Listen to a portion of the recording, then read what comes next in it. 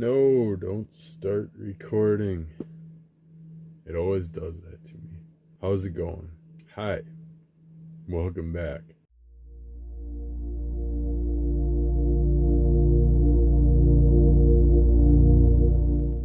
I'm going into my 4th week since stepping away from THC.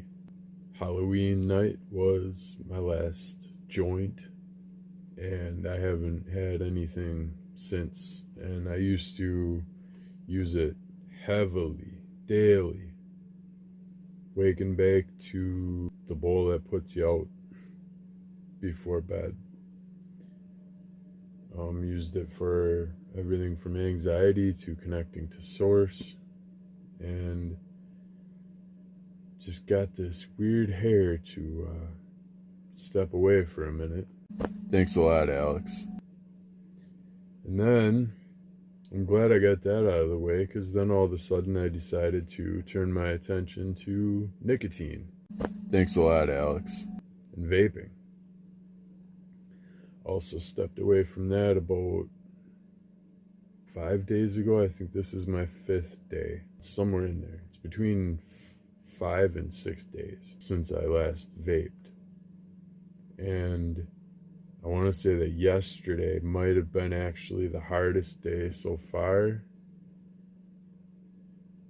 because it was easier telling myself no on the first day, because I knew how bad I wanted it. I knew it was like, yeah, you just want it because this and this, or whatever. I was able to rationalize. But now that I know that it's out of my system, it's been 72 hours, it's like, now I know it's the oral thing, and I've been supplementing with fruit snacks, measured sugar, measured doses, although sometimes I don't measure the amount of the doses that I take. It's more so just the measured dose of a single fruit snack is like enough.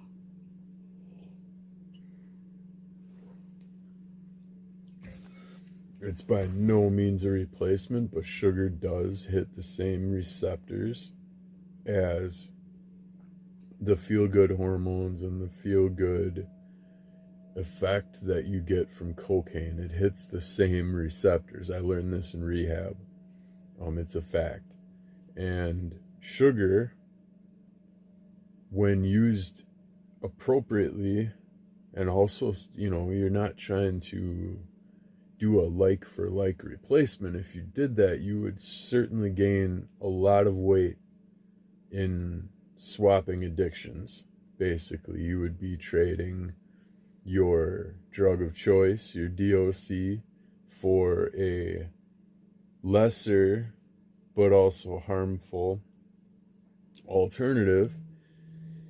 If you're okay with that, do a like for like. Otherwise, like, having previously not had much sugar in my diet and not as much excessive fat on my body, deciding to take on sugar was sort of a lesser of two evils kind of thing. I thought, well, if I can use sugar to get off of nicotine, I think Alex mentioned doing the same thing, and it was effective, and it can be very effective, because like I said, you're hitting the same receptors, so your brain doesn't care, just because you're telling your body you're not getting nicotine anymore.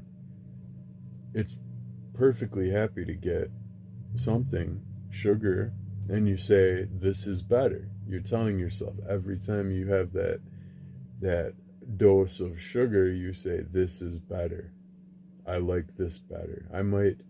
You might think you want nicotine or another hit or whatever it is, but you tell yourself, this is better. Give yourself the hit. Your brain understands it's getting its pleasure, its reward. This is better. Repetition. I think Alex said 21 days for a new habit. Also learning more about nicotine, that it's not necessarily the nicotine that is the addictive, it's the habit that you form. And for mine, for vaping, obviously a lot of nicotine addictions are oral fixations. So that I've almost not addressed at all, honestly. And I had a huge oral and whatever, having something in your hand type of fixation. Like, my vape was attached to my hand at all times. I would sleep with it in my hand. I'd wake up in the middle of the night and it'd be not in my hand. I would search my room until I found it. Around my bed or whatever, it would wake me up sometimes, but I would have to find it before I could go back to sleep. I've done almost nothing to address that. Like, I didn't get a fidget thing, and I didn't get something to put in my mouth. Although those did look appealing, I basically just focused on fruit snacks, and I'd open up a bunch of packs and put them in a little jar, and I'd just, and every time I'd have a craving, think, okay, grab one of these, grab one out. That way I'm not opening a pack every time, or I'm not, they have somewhere to go. I can put them away if felt I've had enough, and I need to focus on just abstaining from everything at that point. If, sometimes, obviously the fruit snacks aren't going to hit the same things that a cigarette or a vape or a nicotine fix does, but you can train your body that this is better, this is preferable, this is what we like more. We're achieving a goal in doing this. We're not just telling ourselves no and being mean about it. We're reminding ourselves every time that this is for a better outcome for everything.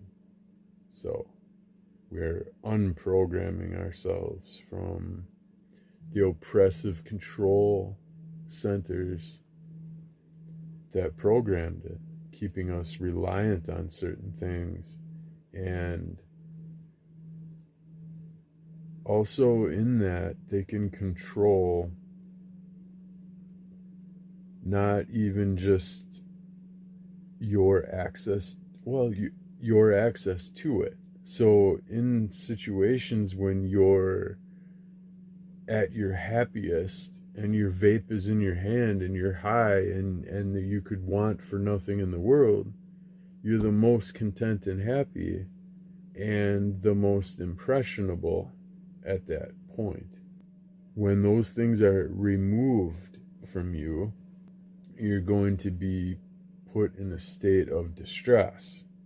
And now, if it's undue distress that, say, you find yourself in a situation that you would rather not be in, you're going to tolerate whatever challenges are thrown at you to find a way out of that situation as soon as possible. The faster you can get back to your state of contentment, the better, and therefore the more you're willing to do to get there,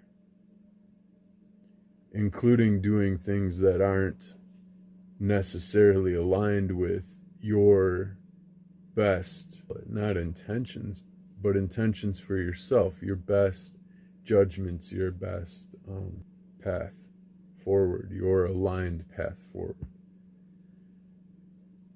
I wish I had a good, concise way of putting that. You understand what I'm trying to say, but it's just not coming out. But we'll move on. So these systems that be, that understand how to get you feeling content and sell you contentment when it's convenient, but also they know how to take that contentment away and make you feel distress when it's convenient. And in that lies the control both ways. It's the carrot and the stick. It's the all means of controlling people have been figured out by now. It's behavioral sciences has gone so far. Cognitive, the experiments in the 70s on how to get people to do things, how to reprogram someone's fear-based responses on things and reprogram someone's identity based on trauma. All of these weird, sickening experiments that we hear about have been done, have been studied and integrated into not family planning, but it's like society planning or community planning, or there's a name for it, where they understand you need access to, or having access to, certain entertainments, certain foods, certain things would increase happiness and life enjoyment. But they also understand that certain people will go to great lengths to preserve those things for themselves, even greater lengths than other people would go to preserve certain freedoms and access to happiness than other people. Which type of people are more likely to find happiness within themselves and their families and their cultures, and not need as much from the outside world as other ones? People who have lost their families, cultures, aligned sort of traditions and values, who have had those individual sort of values stripped from them, are now going to be in search for things outside of themselves, which now aren't as freely accessed as something, say, you were born with, or something that's inherent in you, in your bloodline. These are going to be things that now they're trying to sell back to you: happiness, enjoyment, contentment, freedom, the sense of freedom, the sense of security. All of these things that are packaged and sold right back to you, because it's by design. It's you were placed into their game, where you don't naturally automatically feel content, happy, or enjoyment in your life. You need it from outside sources. You need it from the new car. You need it from the new pair of jeans. You need it from having a Netflix subscription. You need it from 100,000 TikTok followers. And you only get that through wearing all the latest everything, looking good, and the way that the magazines tell you to look. So if you don't fit into that bubble, look around long enough, they will sell you something that will guarantee that you will fit in that bubble. So it's constantly looking outside of yourselves, because they've destroyed the culture that we've been brought up with. And for a lot of us, that culture's been dead for decades. So we're getting, like, my generation got remnants of that culture, of the true culture, what was actually there for my parents and their parents. So they've completely destroyed it, and made us seek outside of ourselves for it. And then it's freely restored. Then you're supposed to feel good. Well, that doesn't last as long as true contentment. Consumerism, contentment based off of consumerism, is not the answer. That's temporary. It's short-lived. It has a half-life. It's contentment with remorse or regret attached to it. It's not a natural, you feel good because you baked a birthday cake from scratch for your loved beloved brother who this is your way of showing your love to him, and the amount of effort you put into it, and seeing his appreciation and how much he really enjoyed the flavor of it, and just everything in that you remembered his favorite specific flavor, whatever it is. That whole, just imagine that beautiful gift that you could have in culture by not by design, but organically derived. Right? You had this inspiration to make a beautiful cake, and it turned out great. And the amount of contentment and joy that all get from something like that, versus being in a system where you're worked a minimum of 45 hours a week. You don't have time to, one, think about your beloved brother, or have the energy to put forth the effort that it would take to make such a beautiful cake, or whatever it is. Maybe you're so distracted by all the things going on in the world that you forgot what your brother's favorite flavors are. You ran out of time. You didn't have time. Your time is precious because they're taking a third of it at least every day. And the other third is non-negotiable. You must have sleep. So you're encroaching on your third, which try to put everything else that you have to do in life into that third. And you'll wonder why you find yourself buying your brother a cake from the store, which now could be and is definitely ties us back to consumerism in a big way, and in a way that most people might not look at as harmful, but is. So you want to get the best for your beloved brother, right? You want to get him the cake boss of all beautiful cakes. No one can afford that. And people that do. But most of us can't and aren't going to make ourselves afford something like that, and or have access to it. So what do? We go to the grocery store, get a sheet cake, or, at worst, maybe at best a little round thing, or, something along those lines. Well, now it comes down to how much you spent on it. It's a consumerism thing. How much did you spend is how good it's going to be. Is it going to have the premium ingredients? Is it going to be mixed just perfectly? Is it going to taste fresh and like the potency of the vanilla bean? And, what did they do with the vanilla bean? Is it an extract in a cheap alcohol extract, or is it actually like scraped vanilla bean and boiled it?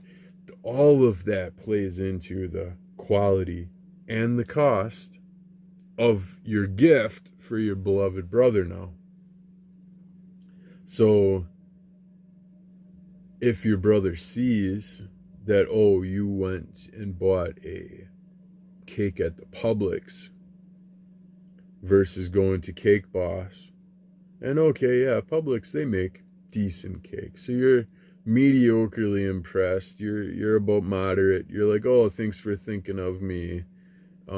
That's about all that cake really is worth at this point anymore. It's just the thought. It becomes a birthday card that happens to be edible, although that's up for debate to a lot of people, what's edible these days. But anyway, now that beautiful gift, or what could have been such a beautiful gift that really wouldn't have taken that much to come up with a cake built from scratch for your brother to enjoy, and would have enjoyed even more if it would have come from the heart, something you made, but instead it was purchased. Now, did you cut the corner? Did you buy him the cheapest cake you could, the sheet cake, the one that just says happy birthday out there, written out at the store?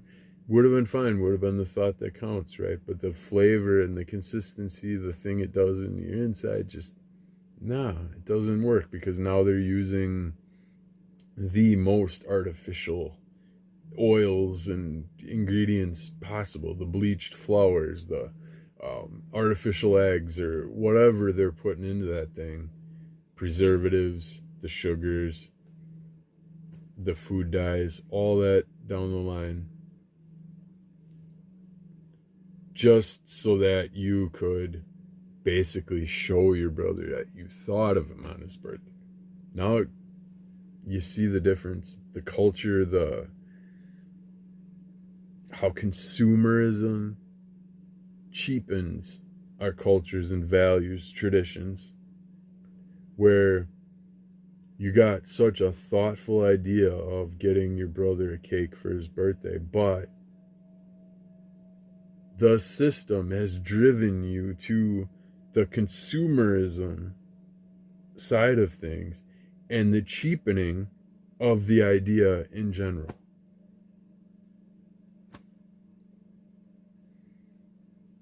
It is the very system that by design looks to profit off of your joy, your fear, your insecurity, your happiness, your contentment. They're looking to profit, start to finish, birth to death. The entire life cycle is nothing but designed to profit off of you and destroying your sense of self within.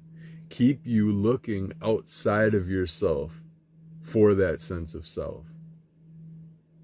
Because the minute you realize that, oh shit, it's been in here this whole time and I've been tricked by them to think that it's not, they've lost their control over you.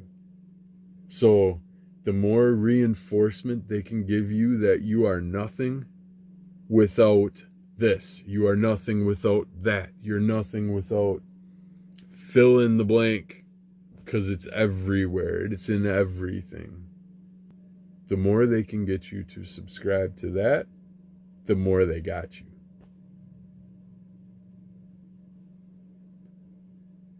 So, I think we were talking about my 4th week off of THC and my 6th day off of nicotine. I'm gonna pause for a quick break. I will be right back. It's weird. I'm relearning a lot of like behaviors that I had learned from being so attached to nicotine. Everything I did revolved around my next vape, my next hit. You know, this is maybe my 2nd or 3rd video that I've recorded since quitting. So I would, before I start recording again, I would make sure, okay, got my vape, okay, hit it a couple times, because I don't want to be hitting on camera, right? So just reminding myself that when I'm coming back into the room and sitting down and being like, okay, check, okay, do I press unpause and start recording again? When I go through that mental checklist, part of that checklist is a trigger for, you know, that, obviously. Rewriting those triggers is what you are doing by stepping away from the addiction. When you get a trigger, it's not jumping on it right away. It's not obeying it. It's saying no, new trigger. Saying no, rewrite the script. I put out a video a couple days ago. It got 2 views. Well, maybe it got more by now, but basically died.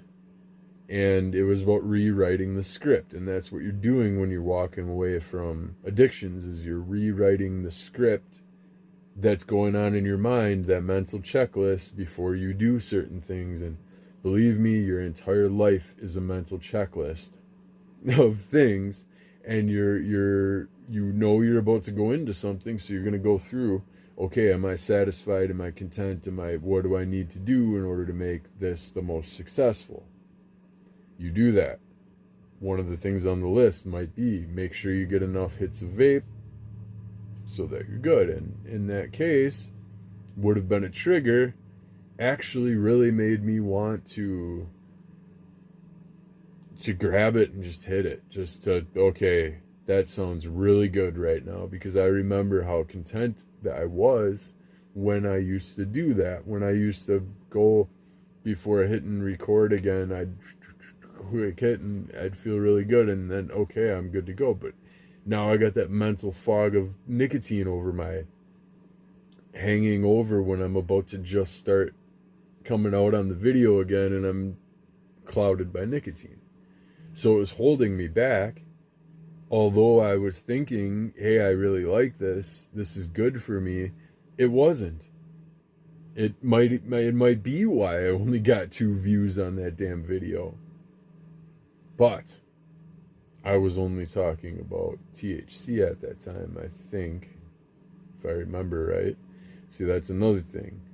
I would have thought that THC was helping me in most ways, and in more ways than it was hurting me, for my connection to source and everything. But it was destroying my memory.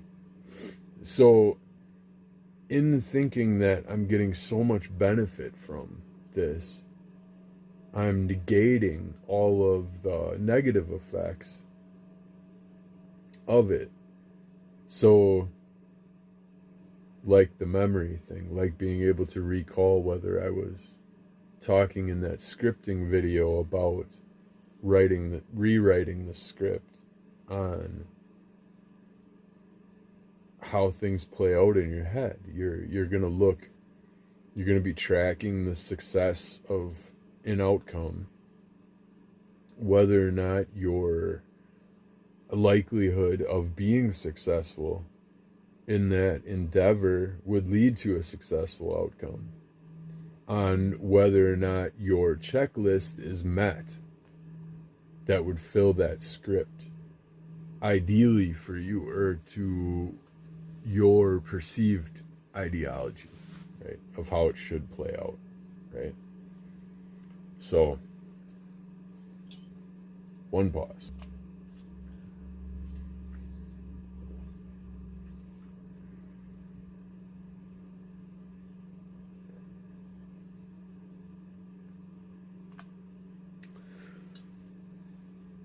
So, I wanted to go over that it's been the 5-6 days, whatever it's been. We're in the 4th week now of from THC. Many times I've thought it's not going to hurt anything if I just quick take a puff, but each time I've talked myself out of it, because I know that it would set me back on my path to lucid dreaming. And it would also, if I was to feel inspired to do a video, would severely tarnish my video. So I've been able to stay on the sober end of that. The nicotine thing is a different story, because it seems like as I get farther and farther away from my nicotine addiction, I'm learning that maybe nicotine isn't as bad as they make it out to be, or that there are medicinal purposes for it. There's a spiritual thing, which you always kind of knew with the Indians and the peace pipe and all that stuff, but that nicotine actually does have sort of spiritual protections and all kinds of different, I'm learning all this. So I'm learning shit that's gonna make it like beneficial, or could make it a positive thing, as I'm trying to distance myself from it. So it's kind of conflicting, but I've been able to stay away from it thus far. I wrote some affirmations over the last couple days that have helped. I've only written them, and I haven't gone back through and read them back to myself like I should. And that's the idea behind writing down an affirmation, is that repetition, and the more times you read it, the more times you write it. But just starting at the top, nothing that I need is outside of myself. Nothing is outside of myself that I need. I don't need blank to help me give myself dopamine. I will release dopamine for myself through healthy activities. Every intrusive thought to reach for the mental blanket of comfort that is nicotine. The request is denied and diverted to less destructive stimuli. As I continue to work through these triggers as they happen, I notice how each one becomes easier to dismiss and less likely to return. Some of the triggers originate from the most random inspiration, and yet are so sure of themselves' legitimacy. As I cancel and delete these triggering thoughts, I am rewriting the neural pathways within my neural networks. As I cancel and delete these triggering thoughts, I am rewriting the pleasure. I am rewriting the pleasure pathways within my neural networks. I'm rewriting the neural pathways within my pleasure networks. Both the cravings and their triggers are being written out of my awareness as necessary through mindfulness. It's as if the voice which reminds me is inherently forgetful of itself and must be continually reminded of our desire to change. At times of heightened energetic anticipation, I could feel my reaction was to suppress it through something that has historically brought me comfort, to fill the hole of longing and the desire for that which is sought to be is a reprieve of longer duration from continual vigilance. That last one is a little bit tricky, so I could feel my reaction was to suppress it through something that has historically brought me comfort, to fill the hole of longing and desire for that which is sought, to be a reprieve of longer duration from continual vigilance. You're telling yourself no, you're telling yourself it's for the better, you're saying you don't understand, you'll understand in the end, this is better. This is called vigilance. So it's exhausting to be continuously vigilant against something. Like, you just wish you could just say, okay, fuck it. Just for 5 minutes, I'm just going to give it up, give me my comfort, and I swear I won't ask for it again for at least another hour. But that's your mind trying to trick you back into that source of, intense and unnecessary pleasure. Let's just be honest. It's a lot. It's a lot more than you'd get from a simple joy.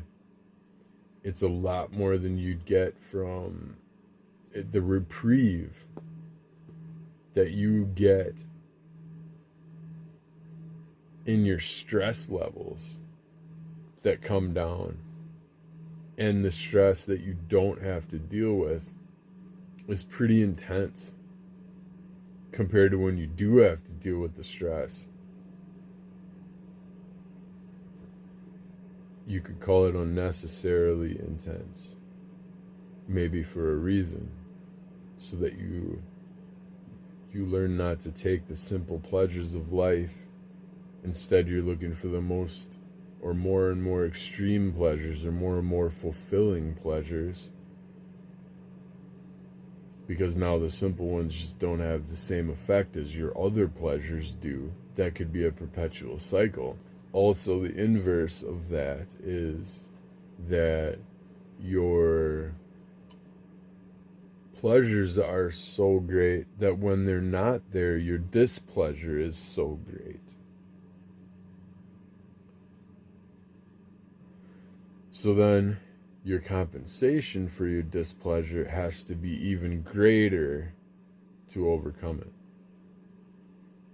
These are all by design. This is where design comes in. I almost was triggered to say it earlier and it didn't really fit, but now it does. This is by design. This is the design.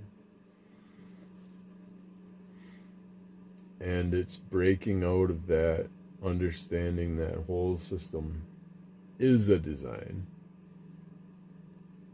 and understanding that you are the prize, you are the trap, you are the idea behind the design. Not that the design was your idea, but it's designed with you in mind. Knowing that makes you want to run as far away from it as possible, because participating in it is only freely and willingly signing up to become a sheep and a lamb to their slaughter. It's time we fight back. We stand up. We take back our individual sovereignty. We understand ourselves as being all we need. Seek not outside yourselves. I think that's in the Bible somewhere. Sounds right. Jesus might have even said it. Seek not the kingdom outside of yourselves, or something like that, right? But yet, the very perpetuators of that religion are doing nothing but teaching you, trying to get you to only seek outside of yourself for the kingdom. They're trying to tell you that you won't find the kingdom inside, which is where it actually is. So, discovering that, discovering your sovereignty is huge to that, because that's the very religion that would tell you you're not sovereign without them. You need them. That's their sell, is they're selling you your sovereignty. But like anything else that's sold to you that you've had to pay for, the benefits are half-lived, because they're not, they're derived from outside of you. They're ideas from outside of you. Unless you resonate with those ideas and it's something that is in your soul, it's going to be half-lived. And if it's in your soul already, then you're not having to look outside of yourself for it. You're not having to purchase it. It's not being sold to you. It is you. So therefore, it's going to be eternal. It's not going to be half-lived. There will be no remorse. There will be no guilt, buyer's remorse or shame or whatever from the consumerism, because every consumer is at least a little bit guilty for being that consumer, being that guy. Even the most blind, sheeple, capitalist consumer out there is a little bit guilty for the Chinese slave labor and all the destruction of the Earth's resources and the gas that they... I'm not even gonna go into that, but I used to be one of the worst. I'll just put it that way. one of the worst to this planet, one of the worst to what I consumed, one of the worst to the remorse that I had for it even, was evil. How much remorse I lacked for my actions in capitalist consumerism.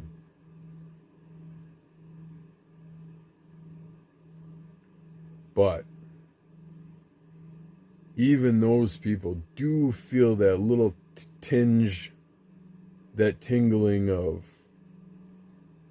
yeah, this isn't the greatest thing, but I mean, they rationalize it with, what else is there?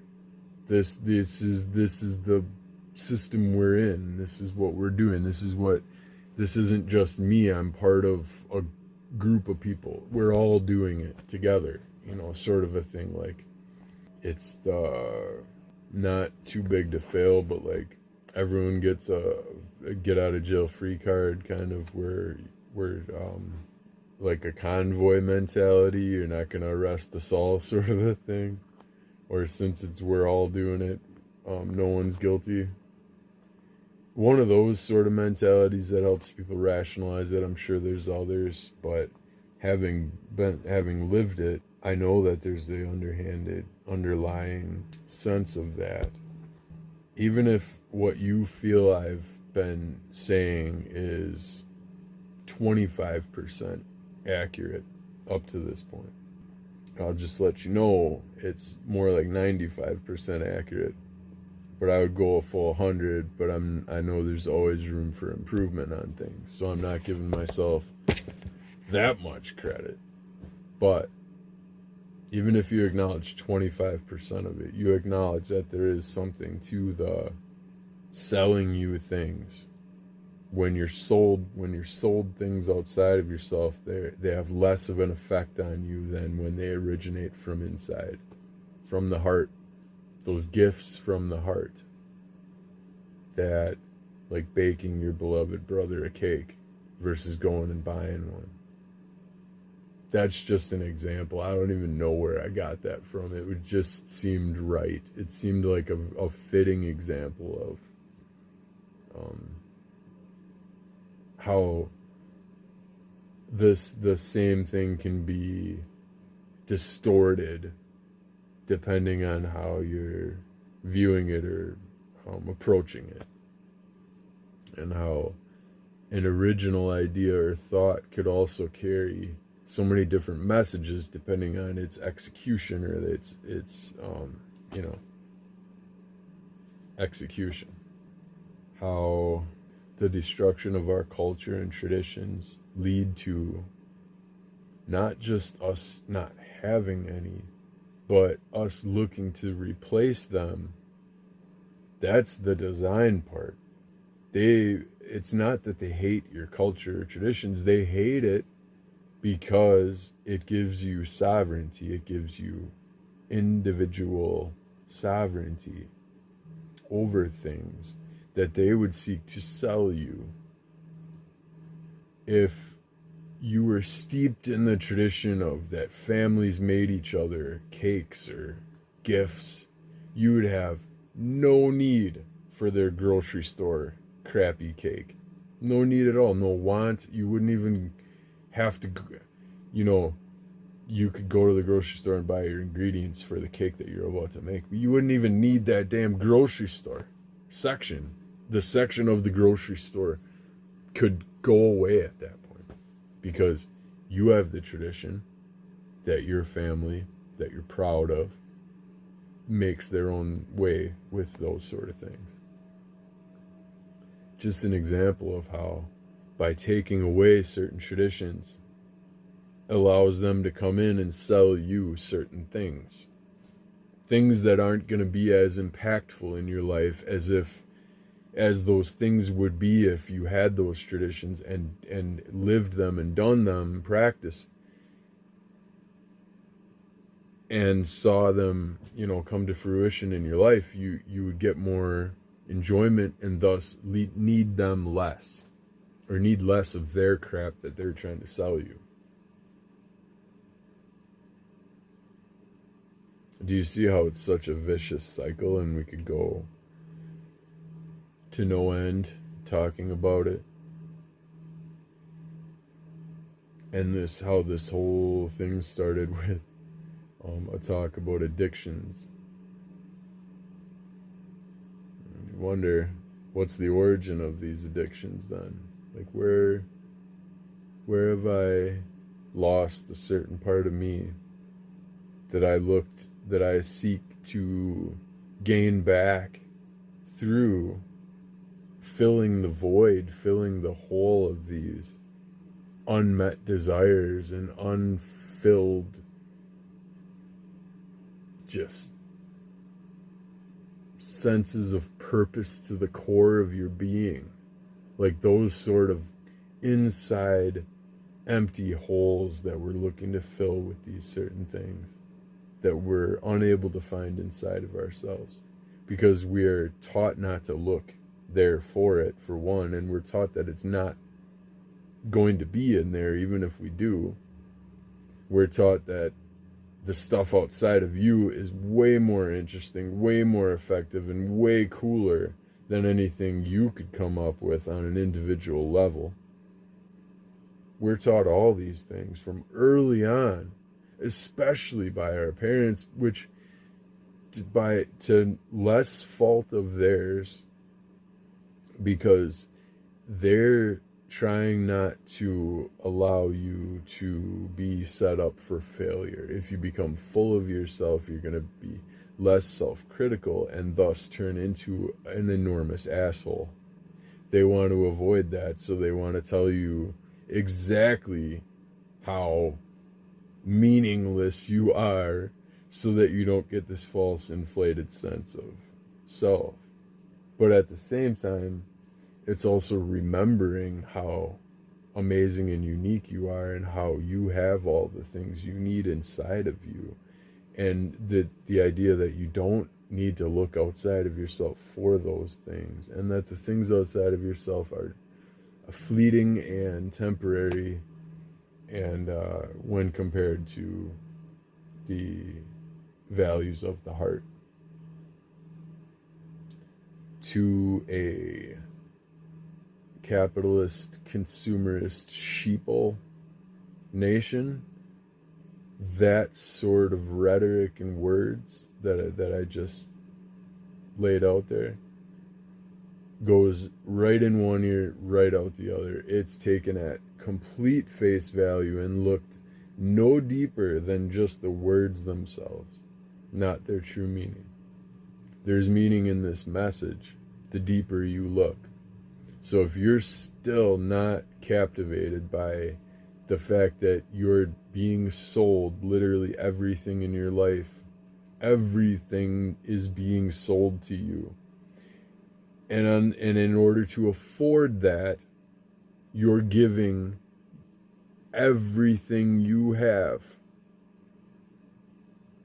in order to afford the things they tell you you need. You're giving all of your time, all of your emotional energy and resources. You're,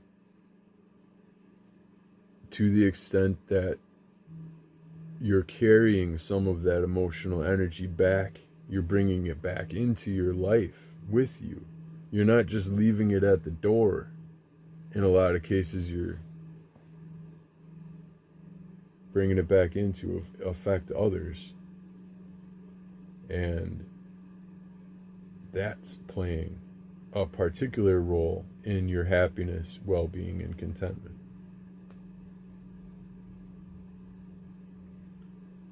Get you all mad at politics, get you all frustrated and emotionally drained, and then they sell you this sort of thing that's going to make you feel better. You go out and consume more. You're feeling bad, so you go buy yourself a thing or buy something for someone else, or just buy it. Buy it now. Not buying it is an act of buying it. Oh my God, that whole section, that I really want to meet the writers of Rick and Morty.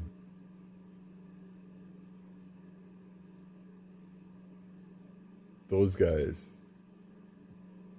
Some of the thought content in their content is out of this world, I just gotta say. And so true, so in your face. How could you laugh at that and not question? Like, come on. Really? Like, is it really like that? Yes, it very much is like that. People that are okay with it, they think, well, that's the answer. Capitalism, consumerism, keep it going, build, build, build, all the way to the top. That's the mantras that the billionaires got you chanting. It's slavery. Literally the slave songs that they have you singing, keeping you marching to the slave beat, right? The produce, consume, produce, consume.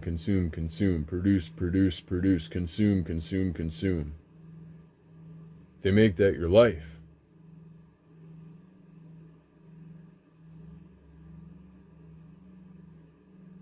They make you feel guilty for taking time for yourself. They make you shame others for taking time for themselves.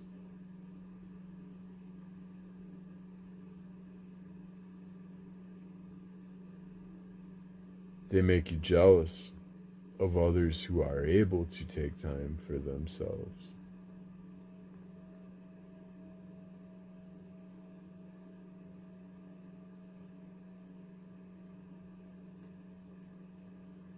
They make you feel like you don't have time to take for yourself, and therefore you wish no one to have that luxury if you can't.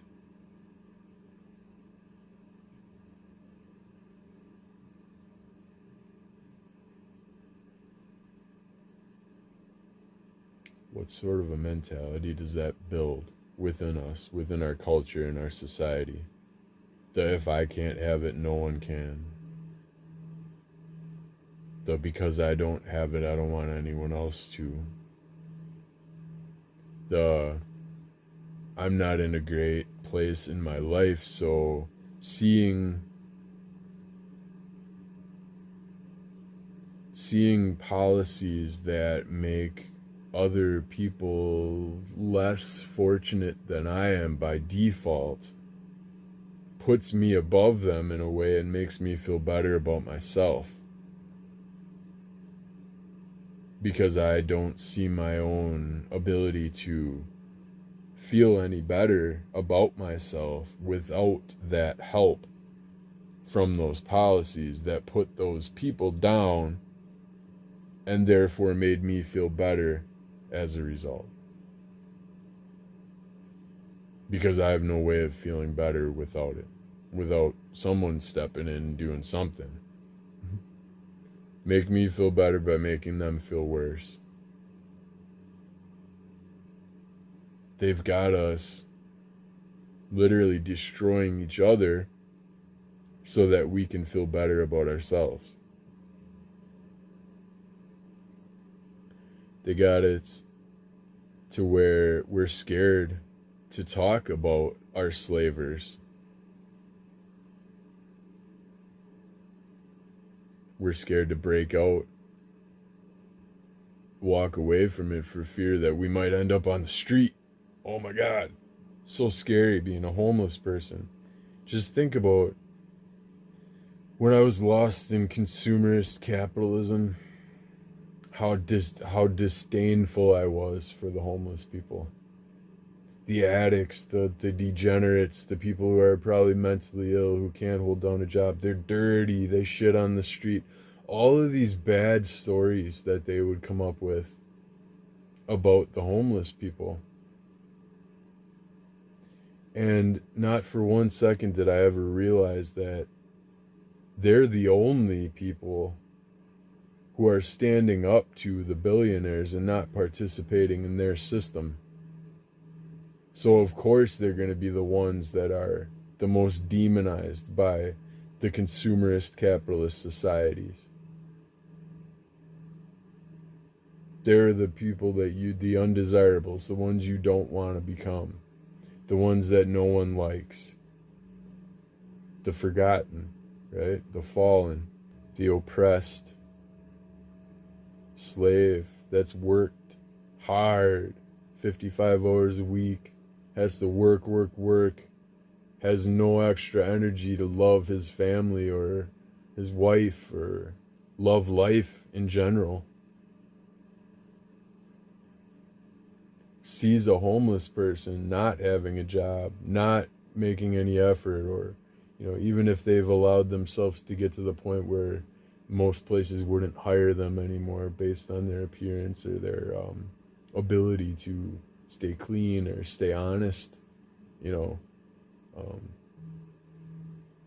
but looks at that person with such disdain for jealousy, actual underlying unconscious repressed jealousy towards that person for not adhering to the system, for saying screw you,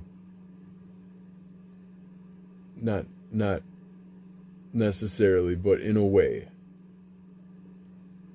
not participating in this idea that they have to work 55 hours a week, but yet might even still be able to scrape by enough to feed themselves. How are they still existing? They don't work, they don't have a home, they don't have a car loan or a mortgage, they don't pay for insurance. How are they even still breathing at this point? You're thinking to yourself. That's the jealousy, the underlying jealousy that I'm talking about, is you just can't understand how they're not participating in the very system that you are deeply indebted to and deeply connected to, but yet there they are with a smile on their face, right?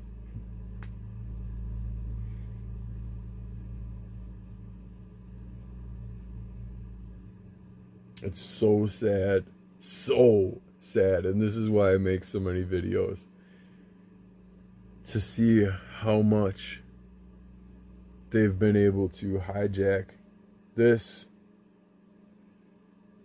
and use it against us. Our own mind. And turn us into blind slaves. Let's just put it honestly.